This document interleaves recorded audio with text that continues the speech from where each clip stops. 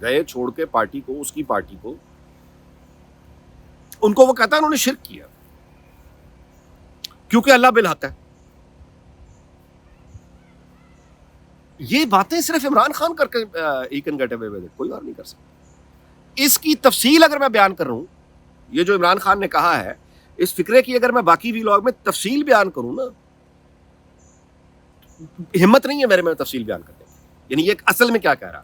تو میں خود کو اتنا اس حد تک رکھتا ہوں کہ شرک حضرت آدم علیہ السلام کے زمانے سے حضرت محمد صلی اللہ علیہ وسلم تک شرک کی ہر طرح کی ڈیفینیشن بیان ہو گئی کہ شرک اصل میں ہوتا کیا ہے. اور آپ صلی اللہ علیہ وسلم نے آ کے یوں کہیے کہ شرک کی ہر طرح کی تفصیل بیان کر کے کراس لگا دیا ہوا ہے. اب آپ اس میں نہ کوئی اضافہ کر سکتے ہیں نہ کوئی کمی کر سکتے ہیں.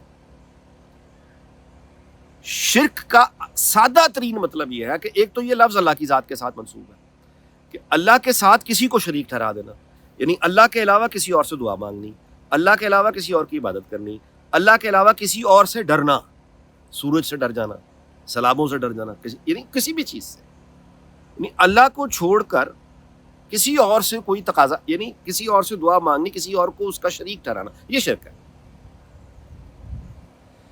اس لفظ میں نہ کوئی اضافہ ممکن نہ کوئی کمی ممکن.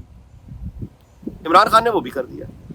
آپ نے کبھی گانے سنے ہیں کوئی اس طرح کے گیت کے ہیرو ہیروئن کو یہ کہہ رہا ہو تم نے میرے سے شرک کیا؟ باپ بیٹے کو کبھی کہتا ہے کہ تم نے میرے, ماں بیٹے کی بحث ہو جائے کبھی ہے دونوں میں سے کوئی ماں کبھی کہتی ہے تم نے شرک کیا میرے ساتھ. بے وفائیوں کی باتیں ہوتی ہیں, احسان فراموشی آپ کہہ سکتے ہیں, غصے میں اور بڑا کچھ ہوتا ہے, یعنی دنیا جہان کی آپ گالن گلوچ کر سکتے ہیں. شرک کبھی نہیں ہوتا. انسان کے ساتھ شرک کیسے کرے گا؟ آپ میری بات, حتیٰ کہ وطن جو نیشن سٹیٹ ہے وہاں بھی غداری اور ٹریزن کے الفاظ ہیں. شرک نہیں ہے کہ آپ نے پاکستان سے شرک کی ہے, یہ کبھی نہیں ہوتا. شرک یہ لفظ اللہ کی ذات کے ساتھ خاص ہے. خود اس نے کہا ہے کہ ان لوگوں نے شرک کیا کو اللہ, یہ تو یہ نہیں, آپ اندازہ لگائیں. And he can get away with it. اس نے اس لفظ, یعنی اس کا مقصد کیا ہے, میں اب اس سے آگے نکلے نا کیوں کہہ رہا ہے وہ یہ جو بچے 18 19 سال 20 سال کے یا 30 سال تک کے جذباتی, ان بچوں کو وہ یہ بتا رہا ہے کہ جو سیاسی مخالفین ہیں, وہ لوگ جو میری پارٹی چھوڑ کے گئے ہیں, ان کو صرف سیاسی مخالف مت سمجھو, یہ مشرک ہیں. جو پی ٹی آئی کو چھوڑ کے جاتا ہے وہ مشرک ہے, وہ یہ کہہ رہا ہے. ٹھیک ہے, یعنی اس کے جو سیاسی مخالفین ہیں ان کا وجود ہٹا دو, ختم کر دو, وہ یہ کہہ رہا ہے. اچھا, اب اسلامی جو مشرکین کون ہیں, اسلامی شریعت کیا کہتی ہے؟ وہ بالکل ایک علیحدہ بات ہے, لیکن جو لوگ سمجھتے ہیں وہ بالکل ایک علیحدہ بات ہے. اب اسلامی شریعت میں جو شرک کرنے والے لوگ ہیں ان کو وہ اہل کتاب کے نام سے پکارتا ہے, مشرکین کے نام سے بھی پکارتا ہے, لیکن اس کے بعد پھر وہ تبلیغ کی بات, یعنی جنگوں, اگر وہ تم سے لڑنے آ جائیں تو ٹھیک ہے لڑ لو, حملے کی تو کہیں بات نہیں ہے. آپ تبلیغ کر سکتے ہیں زیادہ سے زیادہ, اس سے زیادہ تو کہیں کچھ مسلمان کیا کرے.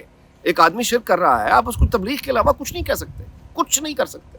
ہاں, ایک آدمی اسلام میں داخل ہونے کے بعد اگر شرک کر رہا ہے تو پھر آپ کو توجہ دلا سکتے ہیں. نتیجہ یہ ہوتا ہے کہ پھر فرقے بنتے ہیں. اب ایک مسجد والے دوسری مسجد میں نہیں جا سکتے, اس مسجد والے اس مسجد میں نہیں جا سکتے, کیونکہ اس فرقہ کے مطابق یہ فرقہ شرک کر رہا ہے, اس کے مطابق یہ شرک کر رہا ہے. نقطہ نظر میں فرق آ گیا نا, لیکن نتیجہ یہ نکل آیا کہ مسجدیں علیحدہ علیحدہ ہو گئی. یہ اس مذہبی تقسیم کو وہاں سے اٹھا کے سیاست میں ڈال رہا ہے, نفرت, شدید نفرت ڈال رہا ہے. یعنی سیاسی مخالف نہیں ہے, یہ تو خدا اور اس کے رسول کے دشمن ہے, یہ کہہ رہا ہے وہ. قتل و غارت گری اور کیا ہوتی ہے ہمارے جیسے معاشرے میں, مذہب کو اٹھا کے, مذہب کو بیچ کر اور اپنے مخالفین کے بارے میں یہ یہاں تک آ جانا کہ وہ مشرکین ہیں, ان کو مارو. تو فاشسٹ کیا کرتا ہے, یہی کرتا ہے. میں ویلاگ اس بات پہ ختم کرتا ہوں کہ میری کل شب ایک بات ہوئی, میرے ایک بڑے پرانے دوست ہیں ڈی آئی جی پولیس میں, اور ان سے بات ہوئی, اور آج میری بات ہوئی ہے ایف آئی اے میں. ایک سینئر میرے دوست ہیں, پرانے, بہت پرانے, جو اب بہت سینئر ہو گئے, عہدے کے اعتبار سے بات کر رہا ہوں. اور میں آپ کو یقین سے بتا رہا ہوں, ویلاگ میں ختم کرنے سے پہلے ان دونوں حضرات کی میں خیالات آپ کو بتا, دونوں میرے دوست ہیں, ویل میننگ لوگ ہیں, اور دونوں کے بارے میں یقین سے آپ کو بتا دیتا ہوں کہ یوتھیا نہیں ہے. دونوں ہی کسی سیاسی جماعت کے بارے میں کو بہت زیادہ وہ پولیٹیکل نہیں ہے, اپنا گورنمنٹ سرونٹ ہے, اور یعنی وہ اپنے آپ کو یعنی اصول پسند لوگ. میں آپ سے گزارش کروں کہ کل شام اور آج یہ جو دوپہر کو میری بات ہوئی ہے 2 افراد سے، دونوں کو میں نے بڑا خوش اور مطمئن دیکھا. دونوں اس بات پر بہت خوش تھے کہ عمران خان نے اسٹیبلشمنٹ کی جو آمریت ہے اس کو جس طرح اس نے للکارا ہے اور جس طرح اس نے رزلٹ حاصل کیے ہیں اور جس طرح اس نے اسٹیبلشمنٹ کے اندر ڈویژن لے کر آ گیا، علیحدہ کر دیا، یہ بہت بڑا کارنامہ ہے اس کا. اور یہ ہی کارنامہ اتنا بڑا ہے کہ اس کو ووٹ ڈالنا ہے اور وہ یہ ٹھیک آ. یہ پڑھے لکھے لوگ ہیں، بہت پڑھے لکھے لوگ ہیں، دوست ہیں میرے. اور وہ یعنی رد عمل میں یہاں تک جا چکے ہیں کہ وہ یہ کہہ رہے ہیں کہ اسٹیبلشمنٹ، میں نے کہا یار آپ جانتے ہیں پڑھے لکھے ہیں، پھر اٹلی میں کیا ہوا تھا، فاشسٹ کیا کرتا ہے، وہ دونوں مطلب یہ ان کا کہنا، یہ دونوں ایک دوسرے کو نہیں جانتے، بائی دا وے دونوں ایک دوسرے کو نہیں جانتے، وہ اپنی ریزنز اور وہ کیا ہے کہ ان کی آمریت سے جان چھوٹے جی. انہوں نے ہمیں بروا دیا، ملک توڑ دیا، بول نہیں سکتے ان کے سامنے. ڈیا جی صاحب تھے، وہ انہوں نے ڈی ایچ اے کراچی کی مثال دی اور سیلاب کی اور فلڈنگ کی مثال دی. کچھ بلوچستان کی سیلاب، اس سے پھر وہ لنک ہو کے باتیں پہ چلتی رہی. لیکن ان کا یہ کہنا تھا کہ عمران خان جتنا بڑا اینٹی اسٹیبلشمنٹ ہے، کسی اور کی ضرورت نہیں ہے، کسی نے وہ نہیں جس طرح للکارا ہے، جس طرح عمران خان نے للکارا ہے. لہٰذا اس کو میں نے کہا یار بربادی آپ کو نظر نہیں آ رہی؟ اس نے کہا جی ہو جائے، اب کون سا آباد ہے، یہ ڈی آئی جی صاحب کہہ رہے ہیں، اب کون سا آباد ہے، ہو جائے ایک دفعہ. ہم نے ان کی غلامی میں زندگی گزاری ہے، میری اولادیں ان کی غلامی میں زندگی نہیں گزاریں گے. میں کہا فاجو کہنا یہ آن دو، ان کے سے ان کی آمریت نہیں چلتی. ایف آئی اے میں جو دوست ہیں ان سے بات ہوئی، بالکل یقین کیجئے کہ ان کا بھی بالکل یہی معاملہ تھا کہ یہ باقی چھوڑیں جی، عمران خان کے 100 گنا معاف ہے، ہر چیز معاف ہے.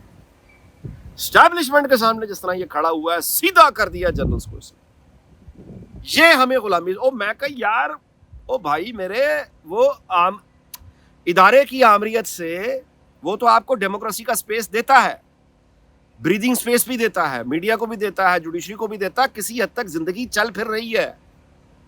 یہ آتے بھی ہیں تو پیچھے بھی ہو جاتے ہیں. اور فاشسٹ آ کے پیچھے نہیں ہوتا، بریدنگ سپیس نہیں دیتا. یہ تھوڑی بہت عدلیہ، یہ تھوڑی بہت میڈیا، یہ بھی جائے گا. اس نے کہا جی جائے، لیکن اینٹی اسٹیبلشمنٹ مطلب وہ کہتا جی وہ اس کو کس بات کا دکھ تھا، وہ کہتا جی ملتان میں انہوں نے لاکھوں آم کے درخت کاٹے ڈی ایچ اے بنانے کے لیے، اس کے بعد ایک مینگو فیسٹیول کروا رہے ہیں، اور پھر اس کے بعد اس نے بہت سے یار ایسی مثالیں دی جو میں شیئر نہیں کر سکتا. لیکن لب لباب یہی تھا کہ نہیں جی عمران خان کو ووٹ دینا، کیونکہ جو اس نے یہ آزادی دلوایا گا اسٹیبلشمنٹ، ہم تنگ آ گئے، یہ فاشزم لے جائے ان سے نہیں، ہم یعنی یہ معاملہ توبہ. لہٰذا میں ویلاگ اس بات پہ ختم کرتا ہوں جی کہ جو اگین میرے پہلے وہی والی گزارش تھی وہ سچ ہوتی دکھائی دے رہی ہے کہ آئندہ جو الیکشن کمپین ہے پاکستان کی، وہ ایک عجیب کمپین ہوگی کہ ایک نیشنل سیکورٹی جو اپنے آپ کو اسٹیٹ کہتی ہے، وہاں پہ ہونے والے آئندہ الیکشن کا بنیادی مقدمہ اینٹی اسٹیبلشمنٹ ہوگا. سیاسی جماعتیں ایک دوسرے کے اوپر چڑھ کے ایک دوسرے سے سبقت جس چیز میں لے جانے کی کوشش کریں گی، لوگوں کو لبھانے کے لیے، وہ اینٹی اسٹیبلشمنٹ بیانیہ ہے. یعنی عمران خان جو کر چکا اور دلوں کو جیت چکا، اب یہ کوشش کریں اور اس حد تک جائیں جو کہ یہ نہیں جا سکتے. تو ظاہر ہے کہ یہ تو وہ لے گیا. اب ہماری اسٹیبلشمنٹ جو ہے، اس کے بارے میں جذبات جو پاکستان کے اندر پائے جاتے ہیں، امریکہ تک ویسے پائی جاتے ہیں، وہ بھی یہی کہہ رہے ہیں، انڈیا بھی یہی کہہ رہا ہے، طالبان بھی یہی کہہ رہا ہے. اب اندر سے اس کی سپورٹ عمران خان اگر لے کر آئے گا تو اللہ ہی جانتا ہے پھر کتنا بڑا ٹکراؤ ہو سکتا ہے. So it's not good. Establishment کی جو پولیٹیکل انٹرفیئرنس ہے، میں سب سے بڑا اس کا کرٹک زندگی میری گزر گئی ہے، لیکن ان کی پولیٹیکل انٹرفیئرنس نہیں ہونی چاہیے. باقی ان کی اکنامک ایکٹیویٹی ہے، وہاں بھی آپ اس کو زیر بحث لائیں، سب کچھ کریں، لیکن جذبات جس حد تک جا چکے ہیں، یہ اس کا مطلب یہ نہیں ہے کہ آپ پاگل ہو کے یہ کہیں کہ جی اب جس طرح اگین وہ یہ کہ پولیس سے بڑی شکایتیں ہیں تو کیا پولیس ختم کر دی جائے، یہ تو مطلب نہیں ہوتا. لیکن اب جو جذبات ہمارے لوگوں کے ہو گئے ہیں، بہرحال ہم دعا کرتے ہیں جی کہ اللہ تعالیٰ پاکستان کو اس کے ہمسایوں کو شاد اور آباد رکھے، دنیا بھر کو شاد اور آباد رکھے. اگلے ویلاگ میں آپ سے ملاقات ہوگی، اپنا بہت خیال رکھیے گا. اللہ حافظ.